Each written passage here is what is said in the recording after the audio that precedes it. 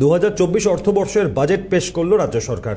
রাজ্যের অর্থমন্ত্রী চন্দ্রিমা ভট্টাচার্যের পেশ করা বাজেট নিয়ে বাজেট চলাকালীন উত্তপ্ত হয়ে পড়ে বিধানসভা। এরপর এই বাজেট নিয়ে ভিন্ন মত উঠে আসে বঙ্গের ওয়াকিবহাল মহল থেকে, বিরোধী মহলের সব তরফ থেকে।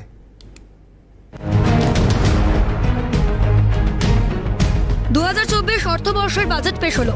বাজেটে দেখা গেল গাদা খানেক ভাতা বাড়ানোর কথা ঘোষণা করেছেন অর্থমন্ত্রী, যাকে ভোটের আগে টপ বলে স্পষ্টই মন্তব্য করছেন বিরোধী মহলের একাংশ।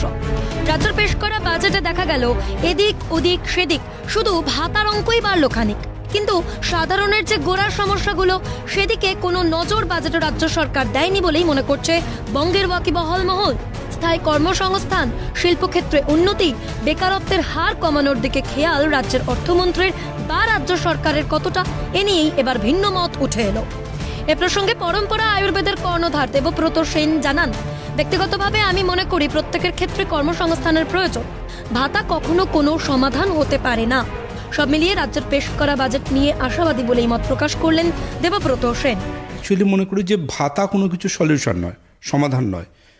দিনের শেষে কিন্তু রুজিরুটির নিয়মিত সংস্থান, অর্থাৎ প্রত্যেকটা শিক্ষিত মানুষ এবং প্রত্যেকটা পরিবারে চাকরিটা ভীষণ রকম প্রয়োজন, এবং সেটার জন্য তার বিকল্প কোনো ভাতা হতে পারে না। এবং আমি এটুকু বিশ্বাস করি যে মহিলাদের জন্য নতুন করে যে ভাবা হচ্ছে, এটা আমার তরফ থেকে অনেক সাধুবাদ রইল, এবং আমি ভীষণ রকম আশাবাদী যে এর মাধ্যমে প্রচুর মেয়েরা উপকৃত হবে। আর এর পাশাপাশি আমার আরোই রাজ্য বাজেটে এটা ভালো লাগলো, সেটা হচ্ছে ইকোনমিক করিডোর তৈরি করা হচ্ছে ওয়েস্ট বেঙ্গলে 6খানা, এবং এই ইকোনমিক ইন্ডাস্ট্রিয়াল করিডোর তৈরি করার ফলে কিন্তু আলটিমেটলি ওয়েস্ট বেঙ্গলের ইন্ডাস্ট্রি অনেক ফ্রেন্ডলি হয়ে যাবে। যে কলকাতা শহরের বুকে কোনো প্রাইভেট আয়ুর্বেদ মেডিকেল কলেজ নেই, এবং সরকারি মেডিকেল কলেজ মাত্র একটি স্নাতক স্তরে।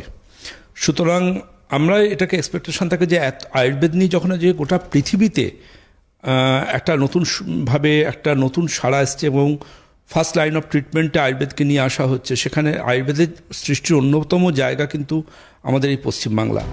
পাশাপাশি এই বাজেট চূড়ান্ত জনবিরোধী বলে মন্তব্য করেন সার্ভিস ডক্টরস ফোরামের সাধারণ সম্পাদক ডক্টর সজল বিশ্বাস। তার কথায় স্বাস্থ্য খাতে রাজ্যের কমপক্ষে বরাদ্দ করার কথা 7%, সেখানে রাজ্যের বরাদ্দ মাত্র 1.16%, যা দিয়ে স্বাস্থ্য ব্যবস্থা চালানো প্রায় অসম্ভব। যে এই স্বাস্থ্য বাজেটটা জনকল্যাণমূলক তো নয়, অত্যন্ত চূড়ান্ত জনবিরোধী, এবং বর্তমান যে স্বাস্থ্য প্রকল্পগুলো চলছে সেগুলো মাঝ রাস্তায় মুখ থুবড়ে পড়বে। যে এত কম বাজেট বরাদ্দ করা হয়েছে স্বাস্থ্য খাতে, যেটা আমরা অত্যন্ত দুঃখিত যে এই ধরনের বাজেট দিয়ে কখনো স্বাস্থ্য ব্যবস্থা চালানো। সরকারের ক্ষেত্রে আমরা যেটা দেখতে পাচ্ছি, যেটা 7% কমপক্ষে রাজ্যের বাজেটের স্বাস্থ্য খাতে ব্যয় বরাদ্দ করার কথা ছিল, সেটাও কিন্তু তারা করেনি। আবার এই বাজেট নিয়ে সোচ্চার হয়েছে রাজ্যের বিরোধী দলগুলিও। বেশিরভাগ রাজনীতিকের কথাতেই উঠে আসছে এই বাজেট জনবিরোধী, এই বাজেট ভোটমুখী। আইনে 100 দিন থাকলেও গত কয়েক বছর ধরে রাজ্যে কতদিন কাজ হয়েছে এ নিয়ে এরপর কেন্দ্র রাজ্যকে একযোগে তোপ দাগেন সিপিএম এর রাজ্য সম্পাদক মোহাম্মদ সেলিম। প্রথম কথা হচ্ছে কেন্দ্রীয় প্রকল্পের 100 দিনের কাজ কোন রাজ্যে 100 দিন হয়েছে? আইনে 100 দিন আছে। আমি তোমাদের জিজ্ঞেস করছি, রাজ্যে কদিন হয়েছে কাজ গত কয়েক বছর ধরে? নমিনক্লেচার 100 দিন। তো যাদের জব কার্ড আছে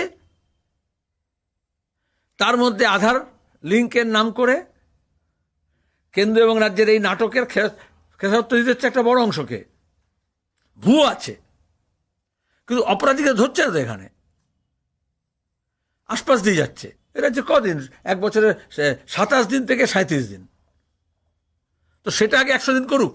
শাসক দল যেভাবে চলতে চাইছে তা নিয়ম নীতির অংশ নয়, আইনের শাসন নয়। কনস্টেবলের মাইনে না বাড়িয়ে সিভিক ভলেন্টিয়ারের ভাতা বৃদ্ধির ঘোষণায় রাজ্য সরকারকে তোপ সিপিএম নেতা সুজন চক্রবর্তী। কি বলবেন, মাইনে বলবেন নাকি অনুদান বলবেন? বাড়িয়েছে। এটা তো আমরা বরাবরই বলছিলাম যে এটা মানে কনস্টেবলকে বদল করে দিয়ে কার্যত চালু করা হলো। উচিত ছিল কনস্টেবল করা। ফলে কনস্টেবলে মাইনে দেবো না, টেম্পোরারি কিছু খুচখাচ পয়সা দেবো, আর তারপরে আমি পয়সা দিচ্ছি, অত আমার কথা অনুযায়ী কাজ করতে হবে। শাসক দল তার নিজের মতন করে যে চলতে চাইছে, এটা কোনো নিয়ম নীতির অংশ নয়, এটা আইনের শাসনের জন্য নয়। বাজেটে ধর্ণা নিয়ে কিছু বলা হয়নি। রাজ্য জুড়ে নানা বেনিয়মের বিরুদ্ধে তো এত ধর্ণা, তো মুখ্যমন্ত্রী কর্মশ্রীর বদলে যদি ধর্ণাশ্রী প্রকল্প আনতেন তাহলে কাজের কাজ হতো বলে রাজ্য সরকারের প্রতি চূড়ান্ত কটাক্ষ ছুড়ে দেন বিজেপি মুখপাত্র শ্রমিক ভট্টাচার্য। কারণ মুখ্যমন্ত্রী তো সমস্ত জায়গায় শ্রী করে দিয়েছেন, যদিও রাজ্যের এই বিশ্রী হালত ফেরানো যাচ্ছে না, কিন্তু যখন ডিএ নিয়ে ধর্ণা, চাকরি নিয়ে ধর্ণা, 100 দিনের কাজ নিয়ে ধর্ণা এবং ভবিষ্যতে আরো ধর্ণা হবে, তো সার্বিকভাবে শাহজাহানকে নিয়ে ধর্ণা, তার ধর্ণাশ্রী একটা প্রকল্প যদি এনে সেখানে কিছু ফান্ডিং করা হতো, আমার মনে হয় সেটা উপযুক্ত হতো। বাজেট নিয়ে মমতা বন্দ্যোপাধ্যায়ের প্রতি ক্ষোভ উগরে দেন বিজেপি সাংসদ দিলীপ ঘোষও। অনেকে এরকম করে, ছেলে মেয়েকে ডাল ভাত না খাইয়ে খাইয়ে শীর্ণ করে দিয়ে শেষে দুধ খাওয়ায়, সে দুধ আর হজম হয় না। মমতা ব্যানার্জি মানুষের ভাত মেরেছেন, মানুষের বাড়ির টাকা মেরেছেন, রাস্তার টাকা মেরেছেন, যা কিছু শৌচালয়ের টাকা ঝেড়েছেন, চাকরির টাকা, ডিএর টাকা জমা করে রেখেছেন। এখন মানুষের ক্ষোভ বেরোচ্ছে, তাই তাদেরকে টিক্কা দিচ্ছেন, তাদেরকে দুধ খাওয়ানোর চেষ্টা করছেন, কিন্তু মানুষের দুধ হজম করার শক্তি নেই। মহিলাদেরকে 500 দিন, 1000 দিন, 2000 দিন, তারাই আজকে ঝাড়ু ধরে বেরিয়েছেন। কিন্তু তবে এ প্রসঙ্গে বিরোধী দলনেতার পাল্টা হুঁশিয়ারি। বাজেট বিতর্কের শেষ দিন শনিবার ভোটিং এর মাধ্যমে জনগণের পক্ষে বিজেপি বাজেটের আপত্তি সমূহ রেকর্ড করবে যদি স্পিকার ওই ভোটাভুটি পর্যন্ত পৌঁছতে দেন। বিকাল বাজেট বিতর্কের সূচনা ডক্টর অশোক লাহিড়ী করবেন। আগামী শনিবার বাজেট বিতর্কের শেষ দিনে আমি পার্টিসিপেট করব। আমাদের অন্যান্য বিজেপি বিধায়করা 180 মিনিটের মধ্যে 170 মিনিট বাজেটে ডিসকাশন করে এলোবরেটলি বিস্তারিতভাবে আমরা সেখানে হাউসে তুলে ধরব।